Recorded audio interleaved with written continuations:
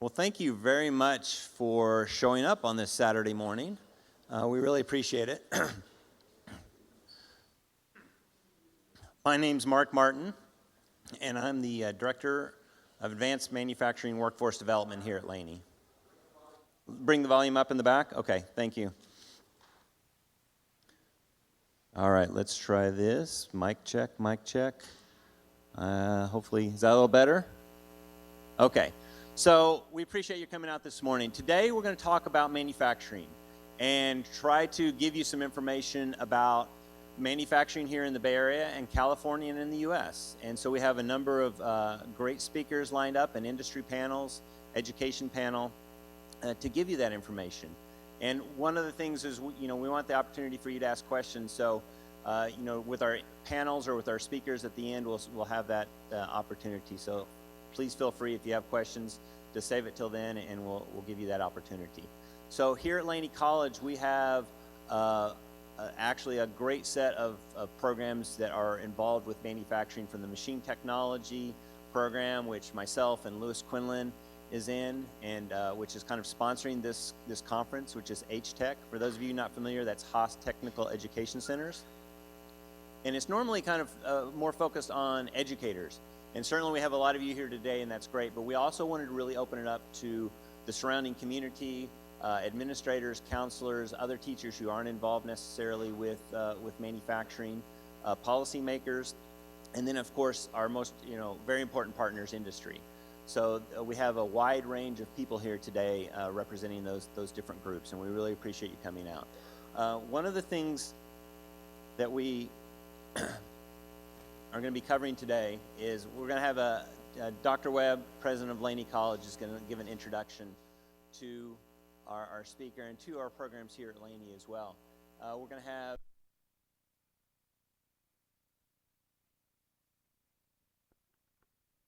what he's seen out there. And then we'll have, as I mentioned before, industry panel and education panel. And then later in the afternoon, after lunch, after our barbecue lunch, we're going to have some sessions where you can go out and learn about, kind of look at hybrid models, which include online models for teaching, stackable credentials for manufacturing, and then preparing the underprepared student. Okay, and so we'll repeat that session in the session 2. So if you want to go to 2 of those, you can have the opportunity to see both of them. And one of the things we have there is we have break times, which I've highlighted. And one of the things, I think, important things about these sorts of conferences, because you're all like-minded, you're all interested in manufacturing, is this opportunity to meet people. And I know when I go to conferences, I find that very important. So we wanted to put enough kind of break times in there for you to talk to the speakers afterwards, but also to meet each other, exchange business.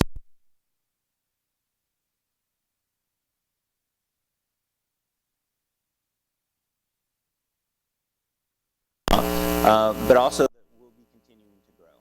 So this will be our agenda today.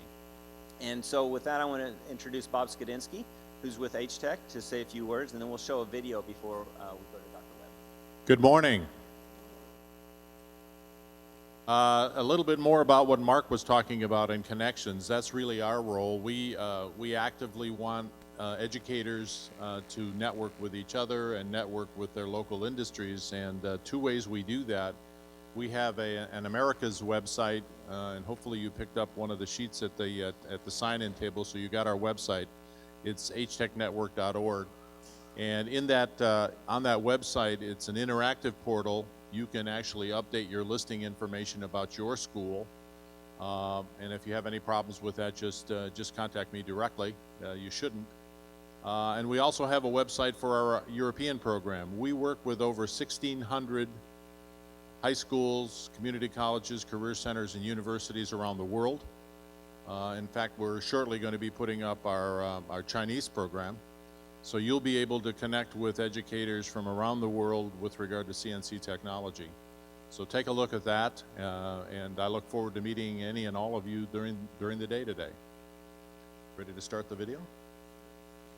The video is an interesting one. In fact, Sandvik and our company and some other companies have put together a package to support Jeremy Bout. Jeremy is the creator of a program called the Edge Factor. How many have seen the Edge Factor? Good. That's good. Well, the rest of you will this morning. Jeremy has produced a little 4-minute teaser, in fact, that we showed at IMTS, and we also opened our summer conference. We have a summer conference like this. It's an annual program. We had it at Hudson Valley Community College in upstate New York. But Jeremy's producing a program, and it's going to be a 1-hour documentary called Metal and Flesh. And you'll meet Mike, Monster Mike, who was at IMTS also. A very interesting and compelling story, and this is the little 4-minute video that he's put together. Like I said, our company, along with Sandvik and some others, have contributed to produce a 1-hour documentary about Mike.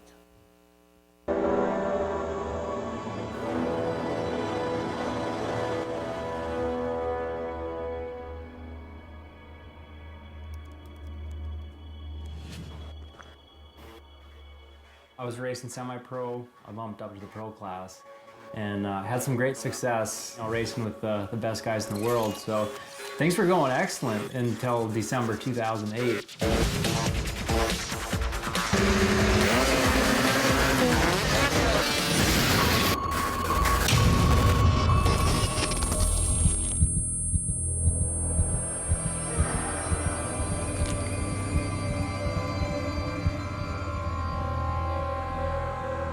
You know, the instant I hit impact of the ground, I had the worst pain ever.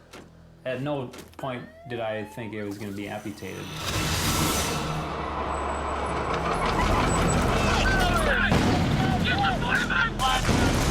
I was an engineer in the 244th Engineer Battalion with the United States Army. I was acting as rear security, and we came under attack. We got ambushed, and I was hit with an RPG. Looking at my leg and just seeing it mangled, and I knew it was going to be gone. And I just remember thinking, well, I guess I won't snowboard anymore.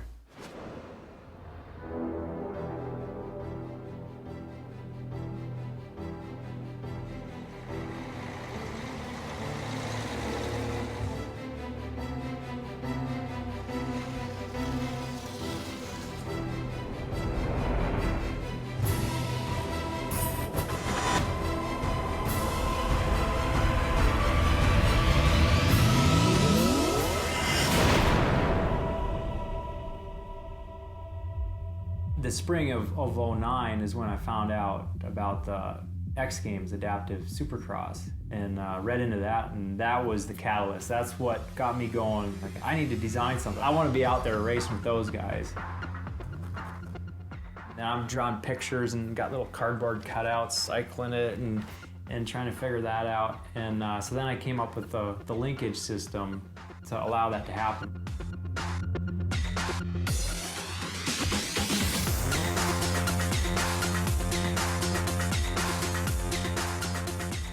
Made a couple adjustments to the shock, to the dampening, and brought it home and took about 10 steps over the dirt bike, fired it up, and just pinned it down the ditch through the mogul section.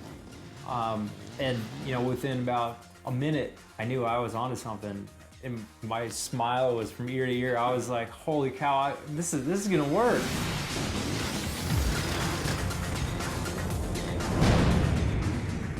That moment on, it's been a little more about how I can help other guys do it than just, you know, making myself able to be out on the racetrack.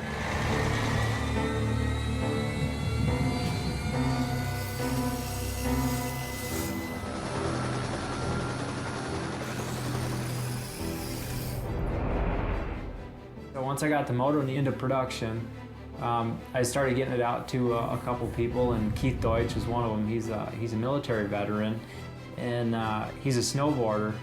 I brought a demo unit for him to try out, and so I got him all set up on it, got strapped in.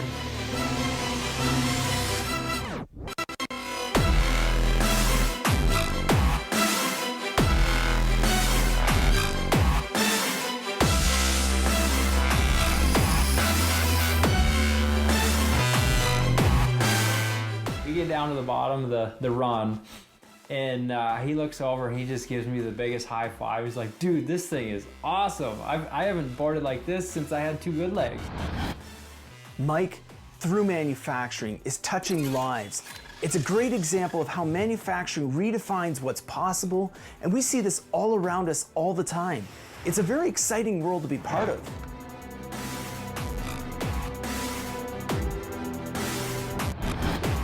The person standing at the machine tool, making components of this leg, he's almost an extension of the doctor, an extension of the therapist. He is directly hands-on producing something that is going to dramatically improve someone's life. The thing I love about this story is it's not just chips flying, a part being made. This is Mike and the machinist working together to rebuild and redesign what actually becomes part of Mike's body.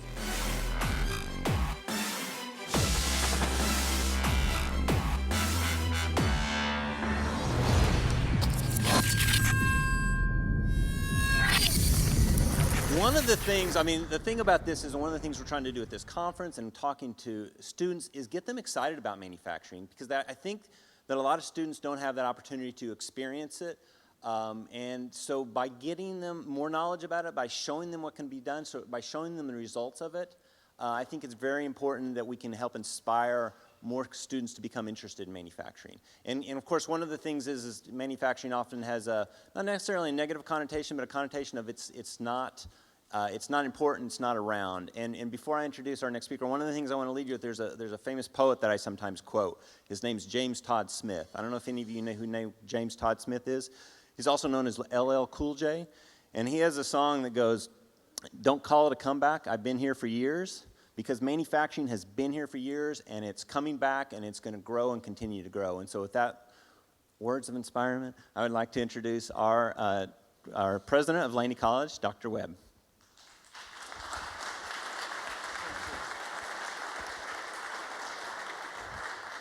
It's an honor to be here before you.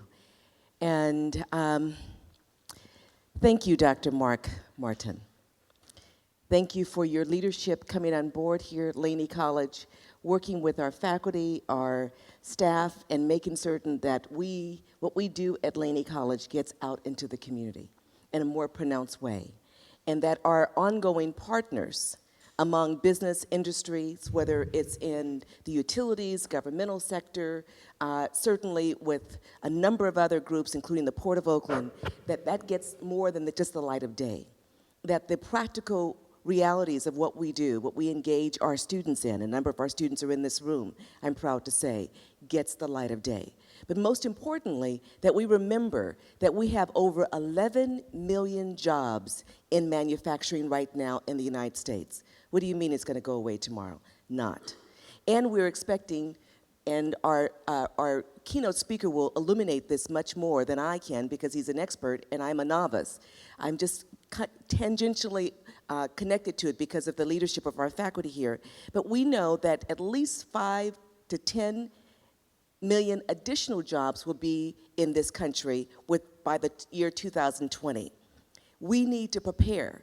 And I am very pleased to say that we have a faculty member who does not like to get a lot of spotlight or light of day, if you will, because he stays in our machine department around the clock. Louis Quinlan, when we brought him on board,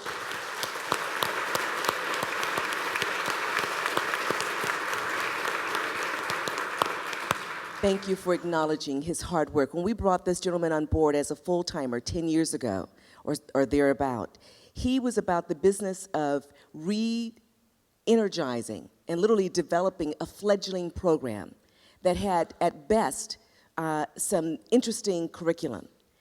And in reality, it was woefully insufficient, didn't lead to any substantive certificates or degrees. Within a short period of time, he turned it around. Even when there was rhetoric across this district saying, wow, let's be very clear, that's a dirty program. That's an expensive program. Well, we can do more with that money. And as a college, we said, no, we're looking forward. We're looking strategically into the future.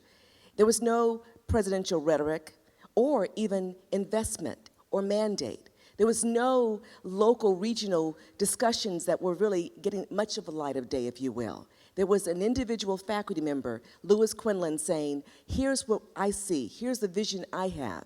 And then we got a chance to say yes. And at Laney, we like to say yes more than we say no.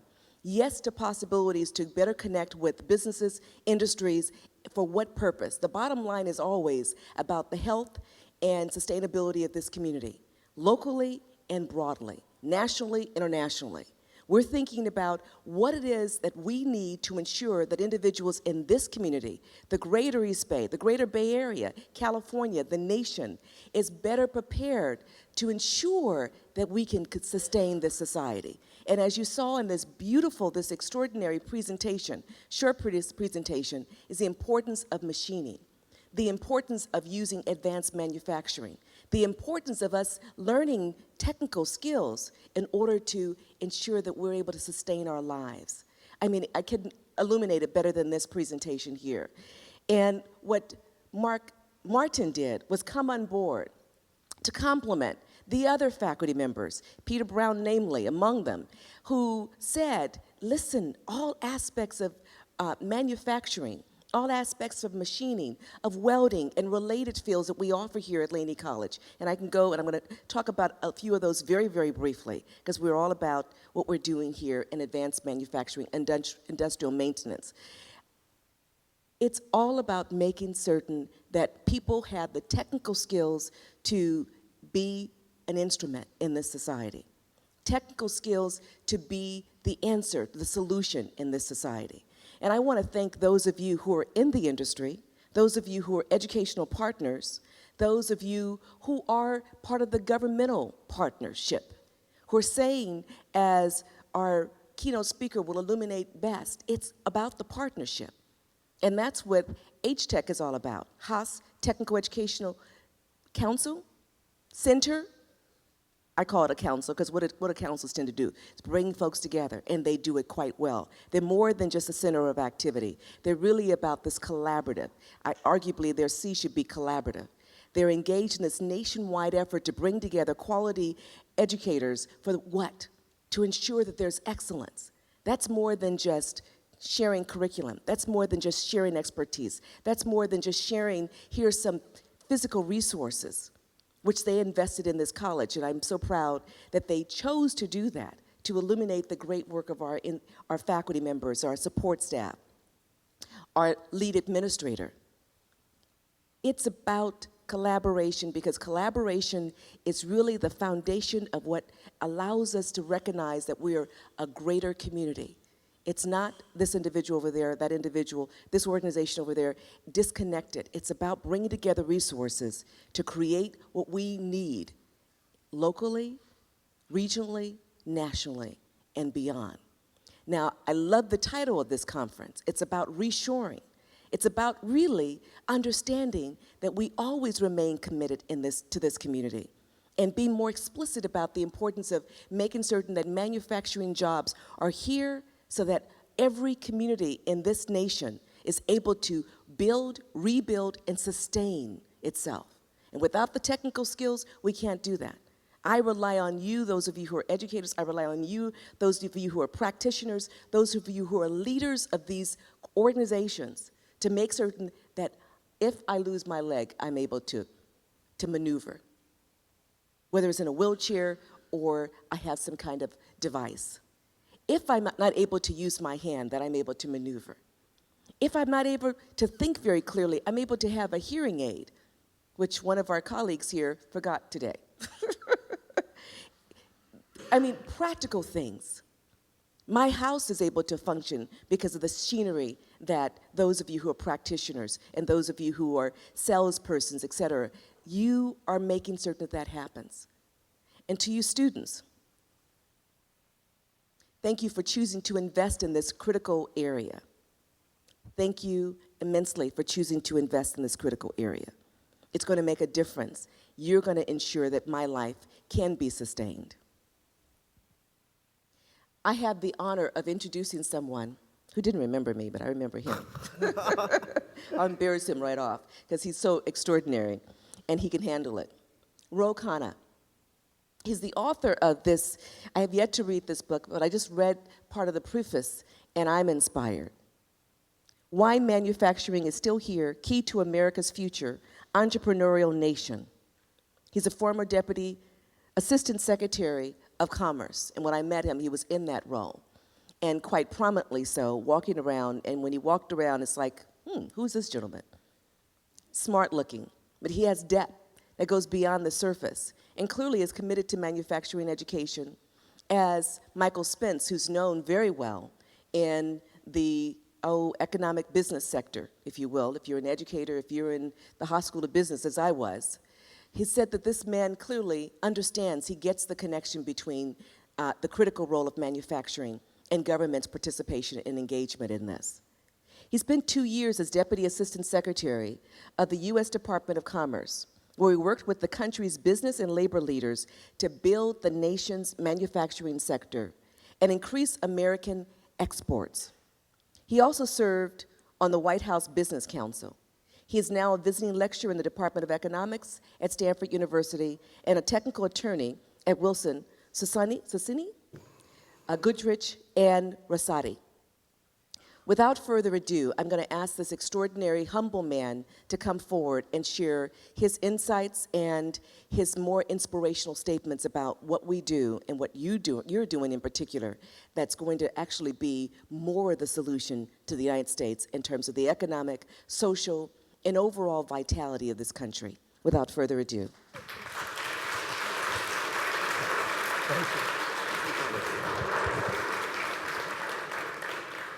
Thank you so much, Dr. Webb, for that powerful statement and vision that you outlaid. I may not have remembered our first meeting, but after that speech, I'll certainly remember any subsequent meeting. And thank you for your vision in bringing this group together. Mark, thank you for your leadership and inviting me. It's quite remarkable. I've spoken about manufacturing before. I've never seen hundreds of people on a Saturday morning, 1 week before an election and when the Giants are in the World Series. So this is a testament to your vision in putting this conference together. And I want to thank, of course, Chuck Carpenter and Karen Engels for also inviting me. Let me talk about the state of American manufacturing, why President Obama and the administration have such a focus on American manufacturing, and I'll take on people like Robert Reich and some others who say manufacturing doesn't matter. I'll present my argument and then we can have a discussion, and why ultimately I'm optimistic about the future of American manufacturing. So post-World War II, we made 45% of the world's goods. We're now down to about 20%, but the staggering statistic is that we're actually neck and neck with China. We make about 20% of the world's goods with 10% of our economy. China produces about 20% of the world's goods with 40% of its economy. So with 10% of our economy, we are neck and neck with China. Our labor productivity is 6 times that of China, twice that of Germany's, and 1.5 times that of Japan's. So the good news is that we have this extraordinary labor productivity that is allowing us to compete. The challenge is that the trend lines haven't been as great as they could be. Our manufacturing sector is growing at about 0.5% a year. China's manufacturing sector is growing at about 4 to 5% a year. Does anyone know the last country which lost its lead in manufacturing? Great Britain. And things didn't work out too well for them afterwards. So the challenge that the country faces is, how do we retain a manufacturing lead? Now, why does this matter? As Dr. Webb pointed out, there are between 11 and 12 million individuals in the manufacturing sector. These jobs pay about 20% more on average than the service sector. But you have economists like Robert Reich or Jagdish Bhagwati saying, let's just become a service economy. Why don't we just, what difference does it make? So let's dissect that argument and have a balanced view. On the one hand, they're right that the service sector is going to create, statistically, the lion's share of American employment. I mean, it's just statistically the case that healthcare, education, and others are going to be responsible for extraordinary growth. So why is it then that manufacturing still matters? Why is it that the president and others have focused so much on manufacturing. One reason is the connection to innovation. And in the book, I start out with a conversation I had with Andy Grove, who, as many of you know, was the former CEO of Intel. And Andy Grove's central insight at Intel, which allowed Intel to become a leader in semiconductor manufacturing, was the integration of design and production. Before Andy Grove was at Intel, they used to have engineering and manufacturing teams doing their work, and design folks in a separate team doing their work. And Andy Grove said, you can't have people just coming up with designs on one hand without having real-life applications to see if those designs work, if they actually have practical implications, if the costs of production are reasonable. So he said we need to integrate design and production. This insight now is common amongst manufacturers around the country, whether they're making airplanes or blenders, they have this integrated approach. Well, what happens if you lose a production capacity as a country? If production goes offshore, then the result is that companies likely will have design follow, because the design and production have to be integrated. We saw this happen with the semiconductor industry. Semiconductors started moving offshore to Taiwan and China. As a result, the silicon crystal production, which is integral for semiconductors, went offshore. And it's what allowed other nations to get an advantage in solar production, because that production was at the heart of the solar industry, and the design work followed. So the one main reason that we ought to care as a country about keeping production in the United States is that it is fundamentally linked with innovation. It's why 90% of patents are still given to companies that have some manufacturing process. Now, the people argue and say, well, can you do it virtually? And there is a sense that, okay, can you potentially have design teams and production teams across the world through the internet and through cloud computing? But even people at companies at the cutting edge of technology, like Apple Computers, where you have Foxconn manufacturing a lot of the iPhones, even they keep prototype manufacturing in the United States, because they recognize that the proximity of engineers and designers in the same workspace, working together, working through problems, that can't be done across geographic space. And so this fundamental insight of keeping manufacturing here for innovation is one of the reasons that manufacturing is critical. The second reason is our trade deficit. You know, there is no doubt that we are extraordinary when it comes to service exports. We actually have a trade surplus with China when it comes to service exports. We have a $6 billion trade surplus when we sell things like financial services, Hollywood movies, popular culture. But what is our trade deficit? We have a $224 billion trade deficit with China. That's because of the trade deficit in manufacturing goods. And it is simply a question of math. We can't sell enough financial services, Hollywood movies, and legal services to balance the trade deficit. And the reason is that 70% of the world trade is still in manufactured goods. So if we want to reduce our national trade deficit, we have to expand our manufacturing base. The math otherwise doesn't work. In fact, it's one of the reasons, the economists like Michael Spence who've looked at it argue that the manufacturing sector is actually more competitive, more productive than the services sector, precisely because of the demands of international competition. So we have a leaner, more efficient manufacturing sector, but we need to continue to grow it to manage the trade deficit. This final point of why manufacturing matters, getting back to the pathway for the middle class. There are 11 to 12 million jobs. You can argue that there'll be more growth in the service sector, but the reality is we still have a pathway for middle class folks making good wages between 11 and 12 million, and as Dr. Webb articulated, hopefully growing by 5, 10 million in the next 8 years.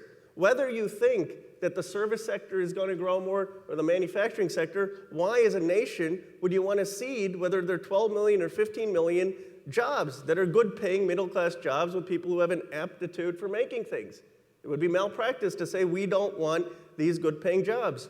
And the problem I often have with economists, and I have a lot of respect for Robert Reich and a lot of things, but Robert Reich makes this distinction. He says, well, we want to have knowledge jobs, which are quote-unquote service jobs, and then we want to have manufacturing jobs, as if they're repetitive jobs. And what I say is, I'm a lawyer. A lot of being a lawyer is repetitive. You take a document, you cut and paste, you put a little more on there, and then you build a client.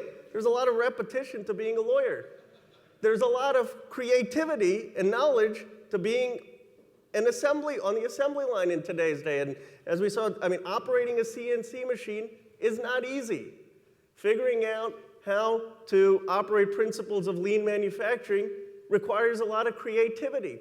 So this distinction that somehow today's manufacturing work is repetitive work and service sector jobs are non-repetitive just does not make sense. In today's world, almost all good manufacturing jobs require a creativity, a adeptness with technology, an ability to think that is essential to be competitive.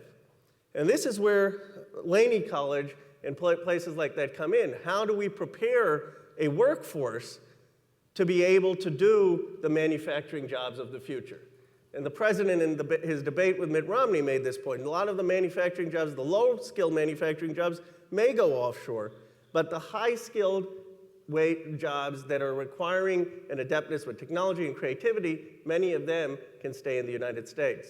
Let me give you two examples of companies and manufacturers that I came across in my travels where they are succeeding in this advanced manufacturing.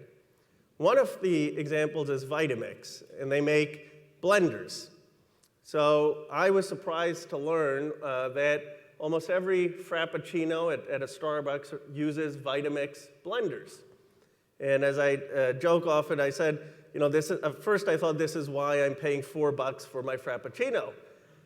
It turns out, though, that the reason Starbucks uses Vitamix blenders is that Vitamix was able to solve critical needs that Starbucks had.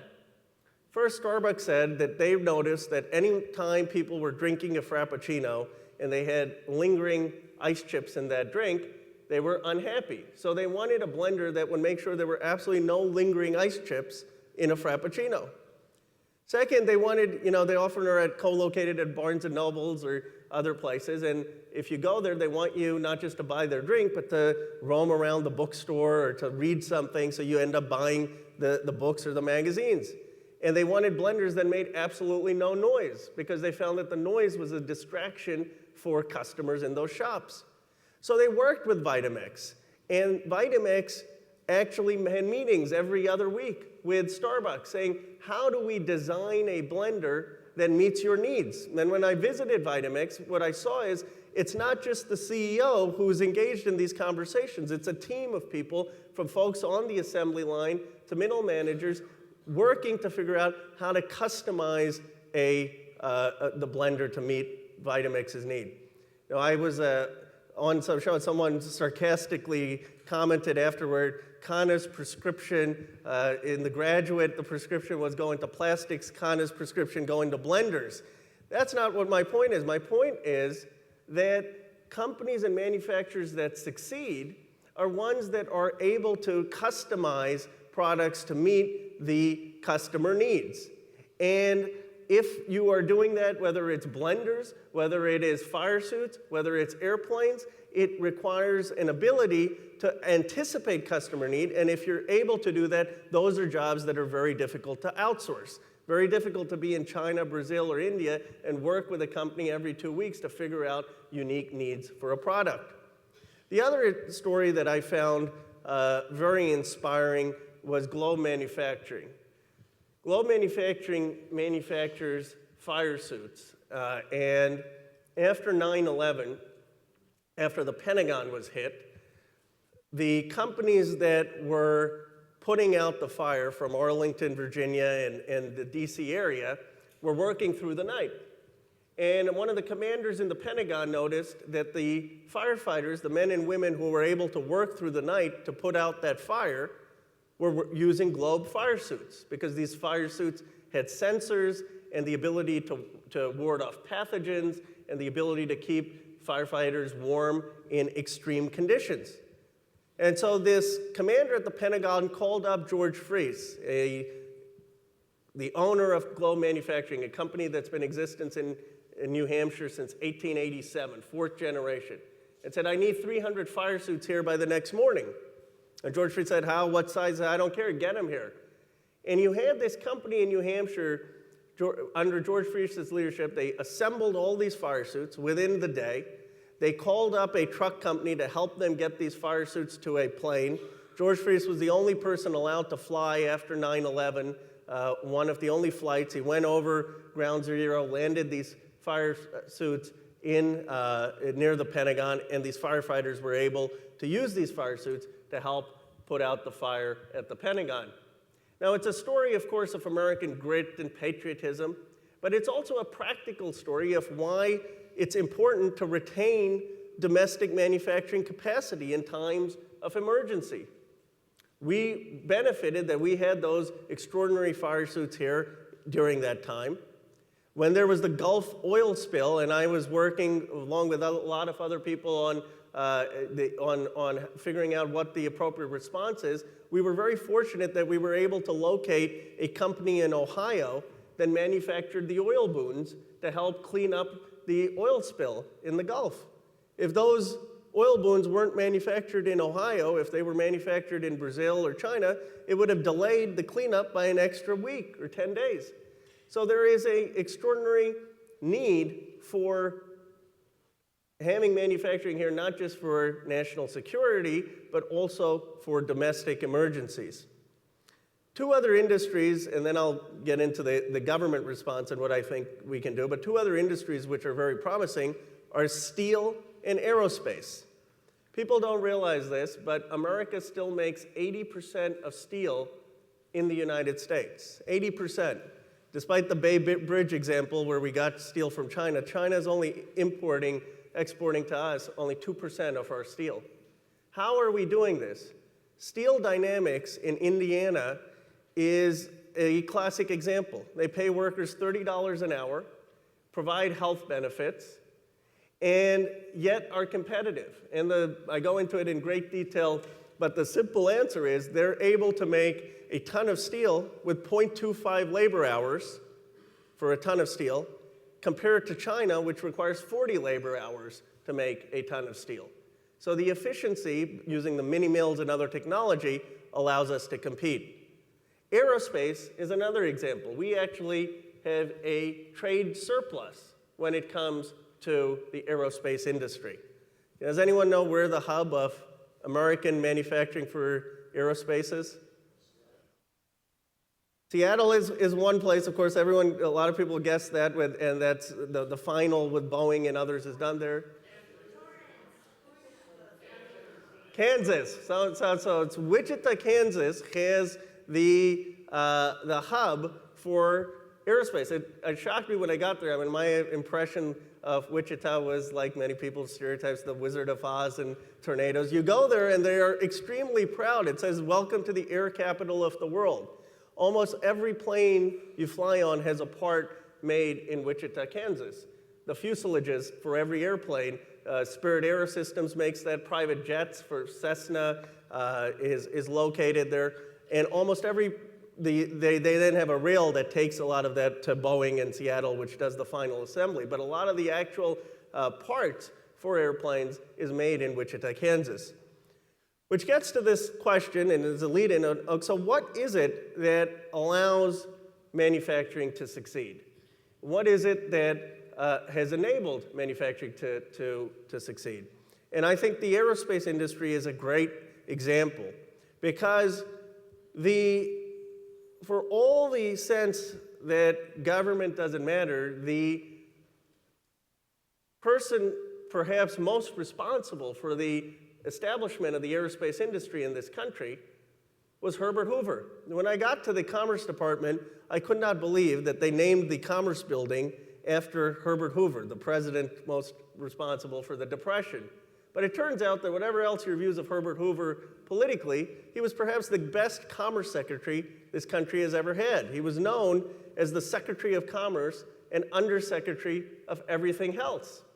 And Herbert Hoover, under Calvin Coolidge, the apostle for limited government, spent billions of dollars creating the Assistant Secretary of Aviation to help fund the aviation industry that helped start aviation, gave us an aviation lead in this country. And Herbert Hoover and Calvin Coolidge, when they were talking about, Calvin Coolidge gives this great speech about how he says we need to invest in infrastructure, roads, and bridges and highways. I mean, if you read it, you'd almost think he was a liberal Democrat, working and instructing Herbert Hoover to help invest in aviation. And you wonder, well, where are they getting this vision? And it comes back that they were influenced by Alexander Hamilton's report in 1791 on American manufacturing.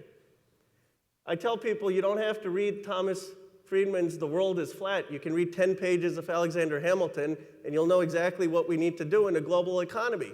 Because Hamilton says, in a global world where America is facing competition from other manufacturers, America needs to invest in infrastructure. We need to invest in a skilled workforce. He makes those arguments, right? We need to have assistance for new industries and a partnership between government and the private sector. This becomes known as the American economic system that influences even Abraham Lincoln. And for those of you who saw the debate, but President Obama referred to Lincoln's Morris Land Grants, which started many of the community colleges. This came from a fundamental economic vision that the government, in collaboration with the private sector, was responsible and needed to have an economic vision in how to make a country competitive. This type of bipartisan consensus even influenced President Ronald Reagan. Reagan invested in an institute called Sematech, which helped support American semiconductor manufacturers. This was about 35 years ago. So, what about this recent view that let's just get government out of the picture? If you look at people who say that, and they cite Milton Friedman and von Hayek, and then they, last I checked, these were European thinkers, and then they said, let America not become like Europe. But for their justification, they're citing European economists. But if they look at actual American history, a bipartisan American history, they will see that for the beginning of this republic, what has succeeded is a commitment to investment in community colleges, to an investment in infrastructure, to a partnership between government, the private sector, national laboratories, and educational institutions to be able to compete. My belief is there are two fundamental comparative advantages that this nation has. One, our incredible diversity. In a global economy, when 95% of consumers are offshore, overseas, it is a huge advantage that we have people in America that can sell products around the world. I used to joke, my boss, Gary Locke, was Chinese American. I said, when we went to negotiate with China, we sent someone of Chinese ancestry. When China tried to negotiate with us, they don't send someone of American ancestry. It gives us a huge advantage. Second, and why I called the book Entrepreneurial Nation, we have this sense of democratic values even in our manufacturers. We don't have a view that it's just top down and you're just a drone on the assembly line and the CEO calls the shots. We have this sense that every person can contribute, every person can invent, every person can question and challenge authority and offer their ideas. And this democratic culture and entrepreneurial spirit, where even people on the assembly line can be entrepreneurial in their jobs, gives us a comparative advantage. But what we need, in my view, is a sensible government policy to support these manufacturers in the private sector, to help augment the advantages of diversity and entrepreneurialism that exist in our country. That government policy is not novel. It's to say it's not a comeback, it's always been there. It is something that has existed from the time of Hamilton through Herbert Hoover, through even Reagan. And we as a nation have forgotten some of those basic principles. I'm excited about this conference because I think Laney College and the collaboration that they're showing with all the stakeholders is an example of what this country has always done right in fostering manufacturing and building the economy. There is no doubt when you look at Paul Samuelson, anyone anyone in the audience familiar with him? He's a former Nobel laureate economist. In 1950s, he wrote a textbook. And Paul Samuelson argued that if the growth rates continued as they would, the Soviet Union would overtake the United States by 1985. Samuelson turned out to be dead wrong in that prediction.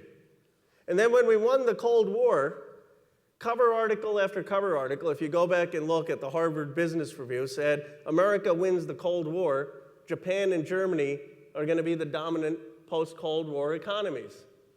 That turned out to be wrong in retrospect. It's not to say that cynics of American exceptional growth or America's rise don't have a place. They challenge us to be better. They challenge us to say there's competition and we need to do something different to rise up to the challenge and succeed. And now when we're being warned of the challenges in China and the challenges of Brazil to our manufacturing base, we would be wise again to heed those calls and excel. But the way to do it is to have a consensus on what we've always done in supporting manufacturing. And I'll end with this quote from Richard McGregor in the Financial Times, which sums up, in my view, the challenge for the country. McGregor says, the problem with America is not that it needs to be more like China. The problem with America is that it needs to be more like America. Thank you. The question is that a lot of the venture capital industry is supporting information technology, Facebook apps, iPhone apps, and how do we get more investment into manufacturing and manufacturing jobs. One, I think, I do think there is a role for the private sector. First of all, in the small businesses, a lot of the manufacturers, 50% of manufacturing jobs are created by small and medium-sized businesses. Companies are less than 500 employees, often not requiring significant venture capital assistance, but making unique niche products. And as you point out, the challenge for those small businesses is how can we assist them, and is there a role for government to assist them? Now, if I can be a little bit partisan, because the one view is, okay, let's just cut taxes for these small businesses, right? And the challenge is, though, if you actually meet with a lot of the small businesses that are doing the manufacturing, they will require assistance in very, very practical ways. The main things they'll talk about is a lack of access to capital, because they're not able to afford CNC machines, or they're not able to afford extraordinary advances in manufacturing. And this is why I think what's critical is to expand the SBA program to be able to provide manufacturers with assistance. Secondly, if you are going to deal with tax cuts, most of the tax cuts that small businesses or manufacturers want to be able to afford these machines or other things is either an investment tax credit or an accelerated depreciation. I joke, I don't make much money of the book, but technically that constitutes business income. So if you just cut taxes, you're going to give a tax cut to authors' royalties. I'm not going to go out and hire someone. If you cut taxes, though, on actual investment in machinery or accelerated depreciation, that may actually create jobs. I think the second thing is targeting the right tax cuts. Third, a lot of these companies need help exporting. There may be demand for American products in China and India and Brazil, and if you're GE, you don't have a problem going there and selling and having people figure out how to get into those markets. But if you're a small or medium-sized business that's struggling to make the payroll, you have a huge issue. And so we have government programs that help actually small and medium-sized manufacturers figure out how to get into foreign markets. We do this, by the way, with 1/5 of the workforce that Britain has, 1/5 of the workforce for helping exporters that China has, that much less than what Germany has. So we need to expand our export promotion efforts. And finally, preparing a skilled workforce. A lot of these small and medium-sized manufacturers can't afford to be able to train people on CNC machines or can't afford worker training. And so they need to partner with places like Laney College or other community colleges and other private manufacturers in the area that have a stake in a skilled workforce and have government help prepare that skilled workforce. So I think your question is exactly right, that a lot of these manufacturers aren't getting big investment from venture capitalists or Wall Street. They're providing a lot of the employment, and there has to be the right strategic assistance for them to compete in a global economy. How much of the U.S.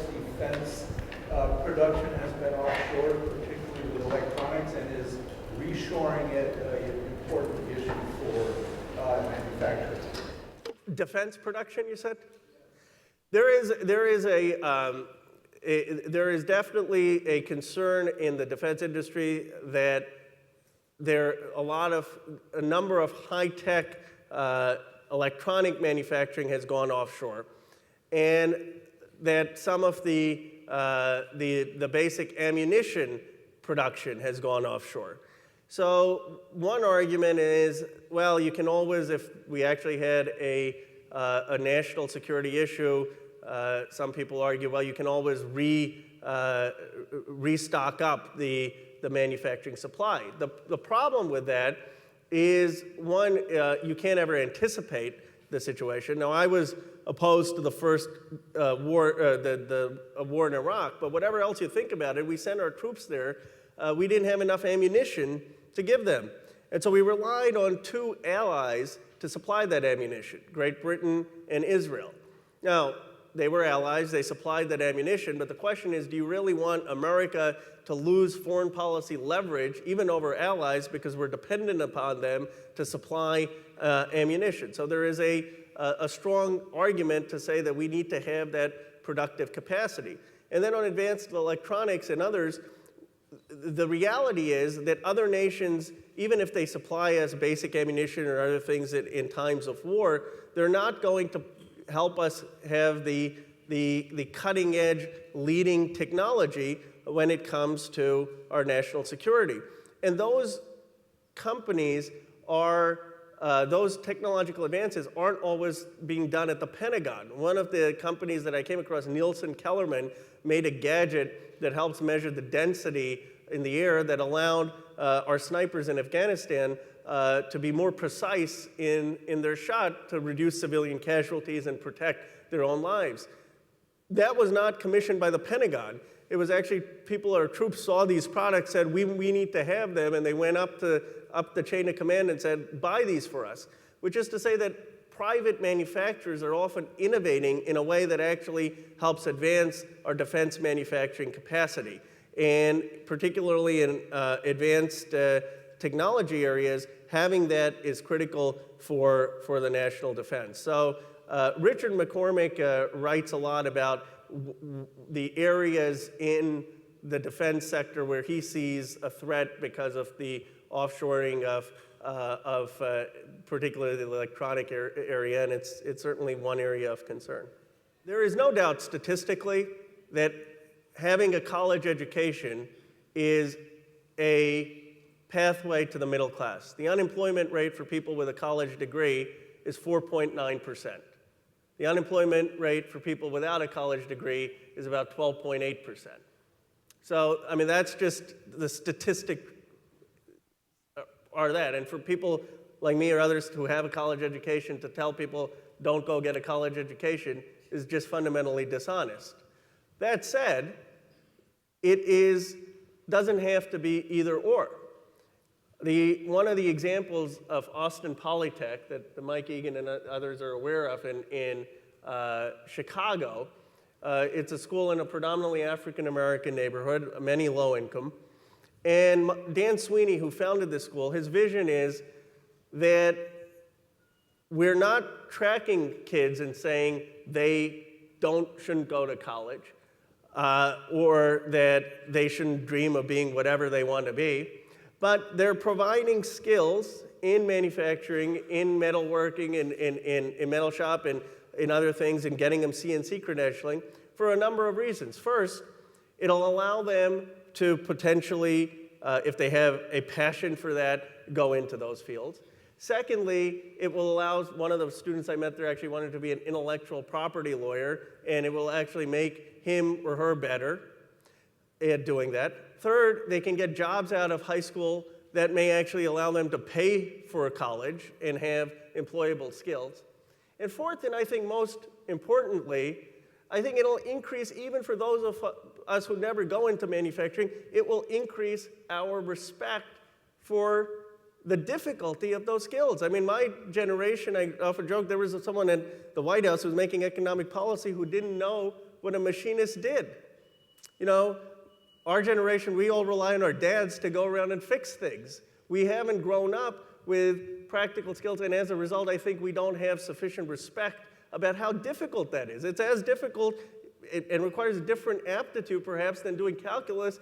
They're both difficult skills, and having everyone have a baseline of appreciation for those skills, in my judgment, will increase the respect that people have despite the whatever choices they make. And so I certainly am not for tracking people into saying at the age in 10th grade you need to figure out whether you want to be a doctor or whether you want to go into manufacturing, but we ought to be providing people with, everyone with that part of an education and providing them with the opportunities if they have those skills.